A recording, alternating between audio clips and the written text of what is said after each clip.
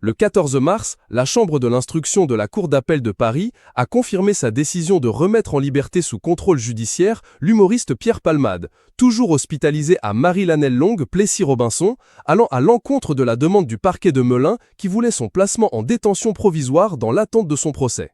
Les victimes de l'accident de voiture n'ont pas publiquement pris la parole, mais ont laissé leurs proches s'exprimer. Pierre Palmade n'est donc plus placé sous écrou, ni même mis en détention provisoire.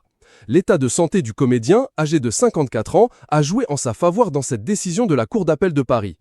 Pour le clan Yacoute, la famille de Mila, Yüksel et Devrim, les trois membres d'une même famille dans la voiture percutée par celle de Palmade le 10 février sur la D372, cette décision est injuste.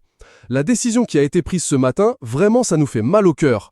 Pierre Palmade est entré dans un paradis pour l'instant. Il va être soigné, on va le soigner à l'hôpital et tout.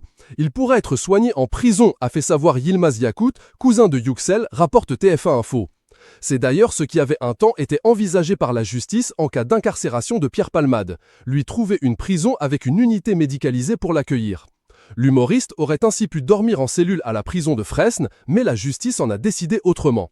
L'avocat des victimes, maître Mourad Batik, avait de son côté réagi mardi dans un communiqué dans lequel il indiquait « Ces dernières prennent acte de cette décision et placent leur entière confiance dans l'institution judiciaire pour connaître et comprendre le contexte dans lequel les faits se sont déroulés ». En revanche, maître Céline Lassec, avocate de Pierre Palmade, garde un silence volontaire depuis le début de l'affaire. La justice a motivé sa décision principalement en raison de l'état de santé de l'humoriste, dont l'AVC aurait été très grave et qui serait aujourd'hui amoindri, pas en bon état, selon TPMP. Selon la Chambre de l'instruction, elle a retenu que l'état de santé de Pierre Palmade n'était pas incompatible avec un maintien en détention. Elle a cependant considéré que l'évolution de cet état de santé amoindrissait les risques qui avaient fondé la décision de placement en détention provisoire.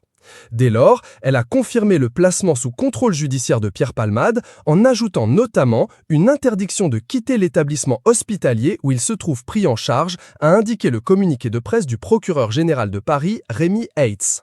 Pour rappel, Pierre Palmade a été mis en examen pour homicide involontaire et blessure involontaire par un conducteur sous l'emprise de produits stupéfiants.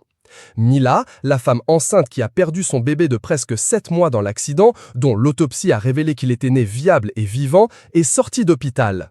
Yüksel reste lui encore hospitalisé et sorti du coma. Il a été opéré au moins 6 fois et souffre de graves séquelles, notamment à la jambe, et son avocat a fait savoir qu'il aura un traitement médical à vie. Quant à l'enfant de 6 ans, Devrim, lui a aussi acquitté l'hôpital mais souffre de graves traumatismes, notamment à la mâchoire, et n'aurait pas prononcé un seul mot depuis sa sortie de l'établissement. Il n'a pas non plus regagné le chemin de l'école.